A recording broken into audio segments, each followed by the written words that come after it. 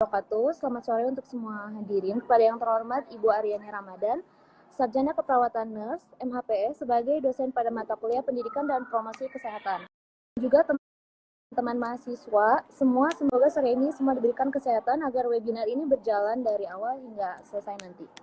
Baik, topik yang akan kita bahas hari ini sesuai dengan yang sudah kita beritahu sebelumnya melalui poster, yaitu mengenai DBD atau demam berdarah Dengue. Saya Mediana selaku moderator yang bertugas akan memandu jalannya webinar ini. Sebelumnya saya akan memperkenalkan anggota kelompok kami yang terdiri dari Rahani Rahayu sebagai pemateri, Rosa Dwi Handayani sebagai pemateri, Chandra Malik Akbar sebagai pemateri, Salwan Nursal Sabila sebagai notulen, Putri Melati sebagai Q&A, dan Salma Sabila sebagai dokumentasi.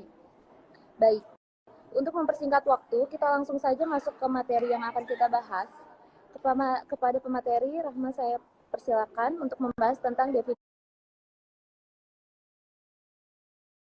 dan pencegahan demam berdarah Dengue.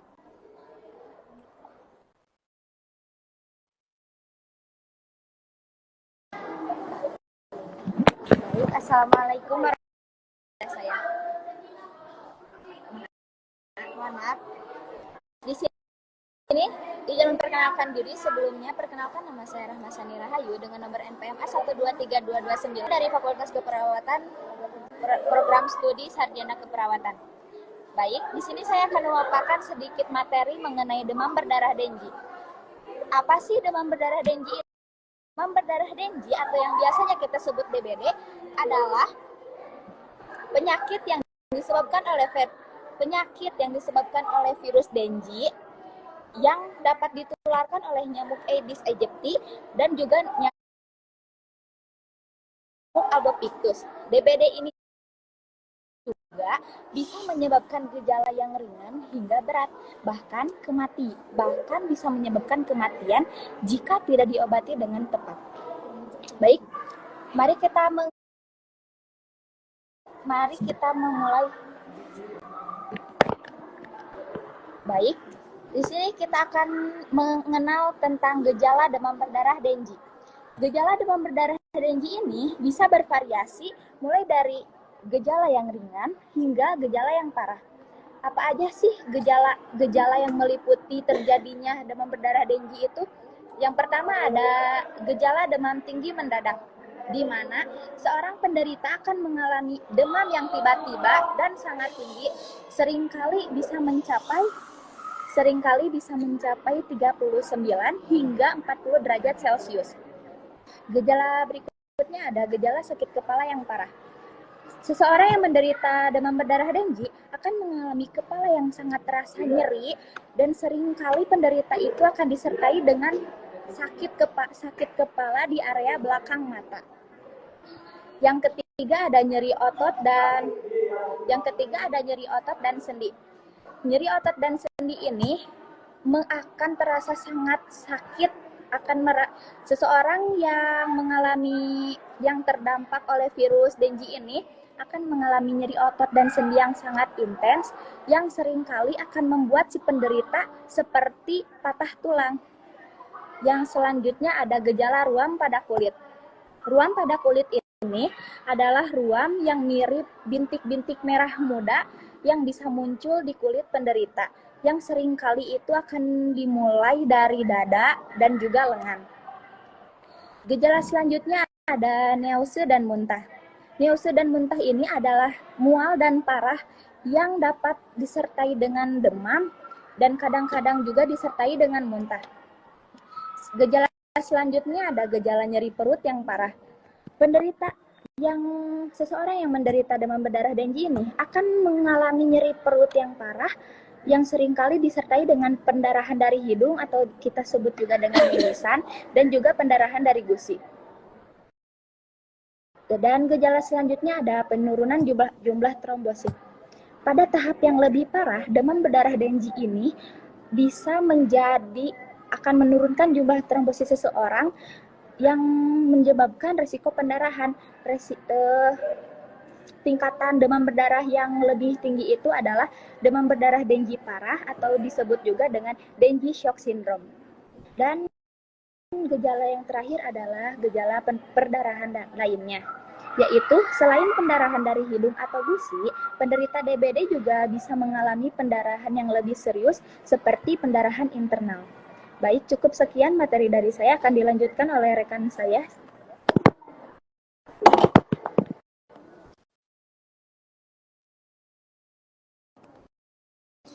Langsung aja kita masuk ke pemateri kedua, Chandra tentang pengobatan. Baik, akan dilanjut sama saya. Sebelumnya perkenalkan, nama saya Chandra Malik Akbar, NPM 123238. Baik, saya akan melanjutkan pemateri, yaitu pengobatan demam berdarah dengue atau sering dipanggil DBD, bertujuan untuk mengelola gejala dan mencegah komplikasi serius. Berikut adalah beberapa pendekatan dalam pengobatan DBD. Yang pertama yaitu pengobatan simptomatik. Pengobatan simptomatik menggunakan obat penurunan demam yang akan seperti paracetamol untuk meredakan demam dan mengurangi ketidaknyamanan. Yang kedua yaitu minum banyak cairan. Minum banyak cairan yaitu penting untuk minum banyak cairan seperti air putih, jus, atau elektrolit untuk mencegah dehidrasi, terutama jika terjadi muntah atau diare. Yang ketiga yaitu istirahat yang cukup. Istirahat yang adekuat membantu tubuh dalam memerangi infeksi, virus, dan mempercepat proses pemulihan. Yang keempat yaitu pemantauan medis. Penting untuk memantau kondisi penderita DBD secara teratur.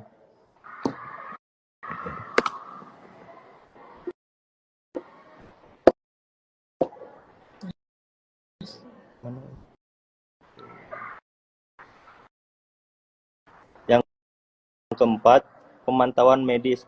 Penting untuk memantau kondisi penderita DBD secara teratur, termasuk pemeriksaan darah untuk mengukur jumlah trombosit dan tanda-tanda pendarahan lainnya.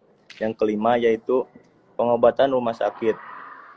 Jika kondisi penderita DBD memburuk atau terjadi tanda-tanda komplikasi serius seperti syok, rawat inap di rumah sakit, mungkin diperlukan pengobatan yang lebih intensif seperti pemberian cairan intravena atau transfusi darah bisa diberikan di rumah sakit. Yang keenam yaitu terapi trombosit. Jika jumlah trombosit dalam darah sangat rendah, terapi trombosit mungkin diperlukan. Trombosit. Jika jumlah trombosit dalam darah sangat rendah,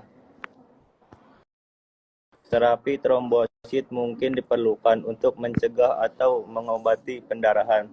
Yang ketujuh yaitu perawatan suportif. Selain pengobatan langsung terhadap DBD, penderita juga mungkin memerlukan perawat suportif lainnya seperti nutrisi yang baik, perawatan luka, dan pengawasan terhadap gejala komplikasi. Nah, jadi penting untuk mencari perawat medis segera jika Anda atau seseorang yang Anda kenal mengalami gejala demam berdarah dengue, terutama jika terjadi gejala parah atau ada tanda-tanda komplikasi. Dokter akan dapat memberikan diagnosis yang tepat dan menentukan rencana pengobatan yang sesuai dengan kondisi individu. Baik, pemateri yang saya sampaikan akan dilanjut sama rekan saya. Baik, kita langsung masuk ke pemateri ketiga. Rosa membahas tentang pencegahan demam berdarah dengue. Baik, Assalamualaikum warahmatullahi wabarakatuh. Perkenalkan, nama saya Rosa Dwi. Terima kasih kepada moderator yang sudah memberikan waktunya untuk saya bisa menjelaskan bagaimana sih cara mencegah demam berdarah dengue ini. Ada beberapa langkah yang bisa mencegah mencegah terjadinya demam berdarah dengue. Yang pertama, mengurangi resiko gigitan nyamuk. Yang pertama, mengurangi resiko gigitan nyamuk. Gimana sih cara mengurangi resiko gigitan nyamuk tuh? Dengan gunakan kelambu saat tidur dan kenakan pakaian menutupi tubuh, terutama di daerah rawan nyamuk. Juga gunakan obat anti nyamuk. Yang kedua, menghilangkan tempat-tempat sarang nyamuk. Gimana sih tempat-tempat sarang nyamuk itu? Biasanya di tempat-tempat lembab dan di genangan-genangan air. Cara menghilangkan tempat-tempat nyamuk dengan singkirkan atau atasi genangan air di wadah tertutup, vas bunga, atau ban bekas di sekitar rumah Anda. Ini mengurangi tempat berkembang biaknya bagi nyamuk Aedes aegypti. Yang ketiga, mengawasi penyebaran nyamuk. Gimana cara mengawasi penyebaran nyamuk? Dengan pasang kawat kasa pada jendela dan pintu untuk mencegah masuknya nyamuk ke dalam rumah. Yang keempat, dengan membersihkan lingkungan. Gimana sih cara membersihkan lingkungan agar terhindar dari demam berdarah dengue ini? Dengan membersihkan halaman rumah dan lingkungan sekitar dari sampah atau barang-barang yang menampung air hujan. Karena nyamuk Aedes aegypti berkembang biak di tempat-tempat yang lembab biasanya. Seperti yang sudah saya katakan bahwa biasanya nyamuk Aedes aegypti ini biasanya berkembang di genangan air dan di tempat-tempat lembab. Yang kelima, partisipasi dalam program pengendalian vektor. Jadi kita sebagai masyarakat dukung pemerintah untuk melaksanakan program yang sudah dibuatnya, karena sebagai pemerintah pastinya ingin yang terbaik bagi masyarakatnya. Dan ikuti program pengendalian vektor yang dilakukan oleh pemerintah setempat untuk mengurangi populasi nyamuk Aedes aegypti. Yang keenam, edukasi dan kesadaran.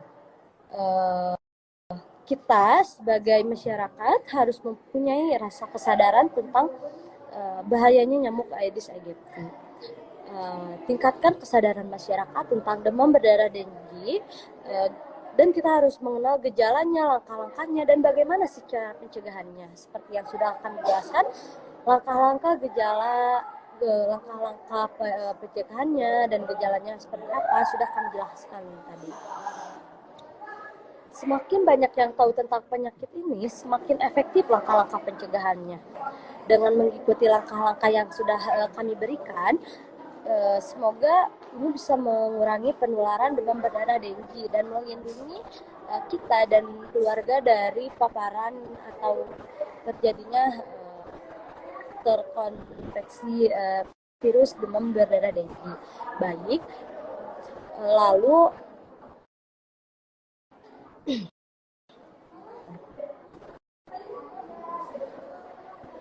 jika ada saudara atau keluarga kita yang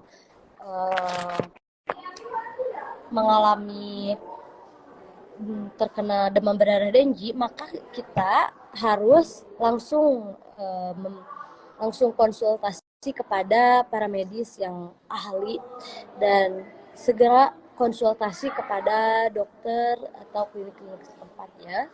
Terima kasih. Saya kembalikan ke moderator.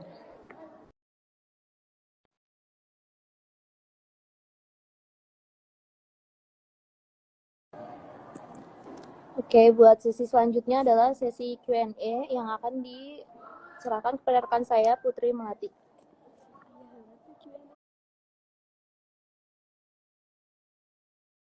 Pemantauan teliti Ada. Oh, sibuk.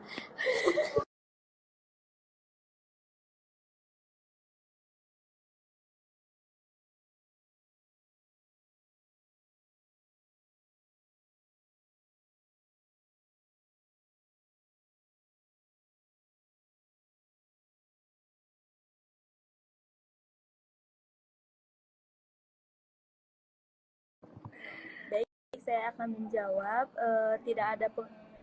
Tidak ada pengobatan khusus untuk demam berdarah. Terapi umumnya melibatkan dukungan medis seperti pemberian cairan intravena, pengobatan untuk mengurangi demam dan nyeri, serta pemantauan teliti terhadap gejala dan pengembangan penyakit. Terus apa? Dari yang baru.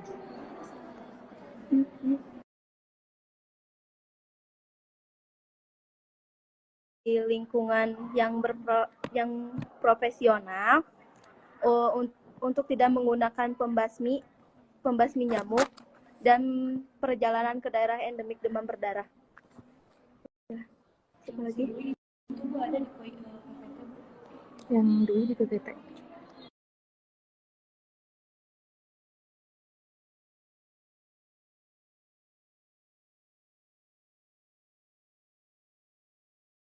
Ada yang sabar ya guys. Iya. Iya. Poin-poin aku. Saya akan menjawab pertanyaan dari Dewi, yaitu mengurangi resiko gigitan nyamuk, menghilangkan tempat-tempat sarang nyamuk, mengawasi penyebaran nyamuk, terus membersihkan lingkungan,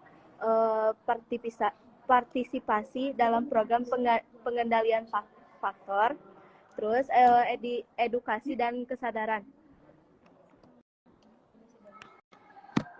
Pengendalian faktor, terus edukasi dan kesadaran.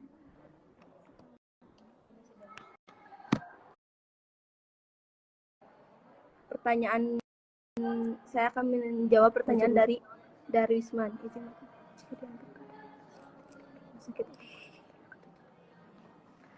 Jawabannya, di antara langkah pertama penanganan DBD adalah memastikan pasien cukup istirahat, minum banyak cairan, dan mengkonsumsi obat penurun demam seperti paracetamol. Selain itu, tetap waspada terhadap gejala yang memburuk dan segera bantuan medis jika diperlukan.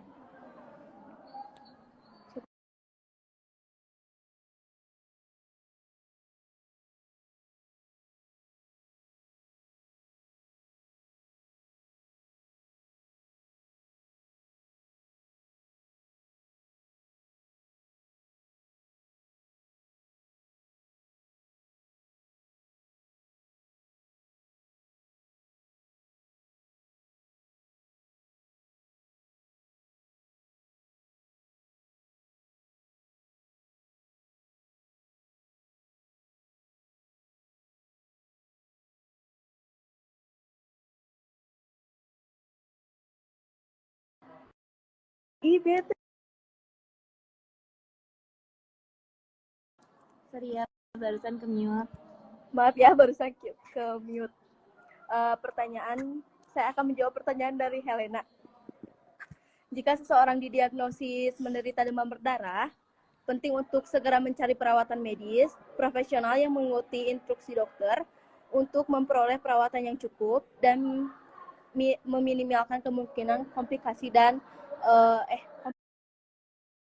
komplikasi yang lebih buruk.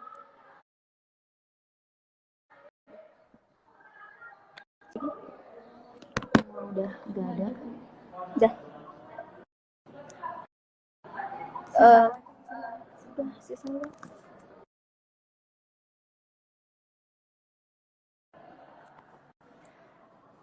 Baik, terima kasih untuk yang sudah bertanya. Sekian dari saya. Mohon maaf bila ada kesalahan dari jawaban saya.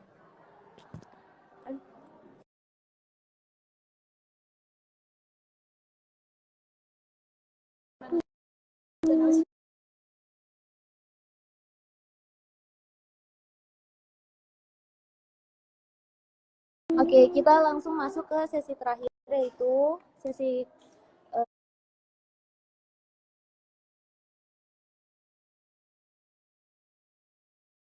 kesimpulan yang akan disimpulkan oleh Salwa Nur Salsabila. Jadi kesimpulan dari materi ini, penyakit demam berdarah Dengue atau yang disebut dengan DBD disebabkan oleh virus Dengue yang ditularkan oleh nyamuk Aedes.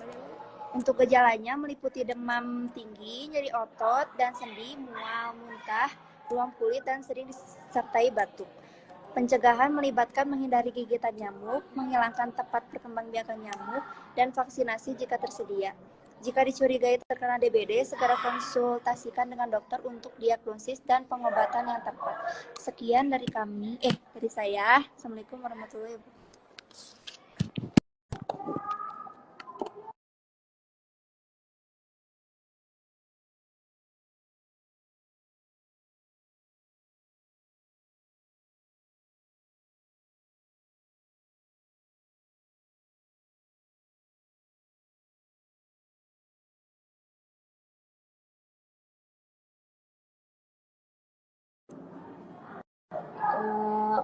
Udah di acara penghujung aja.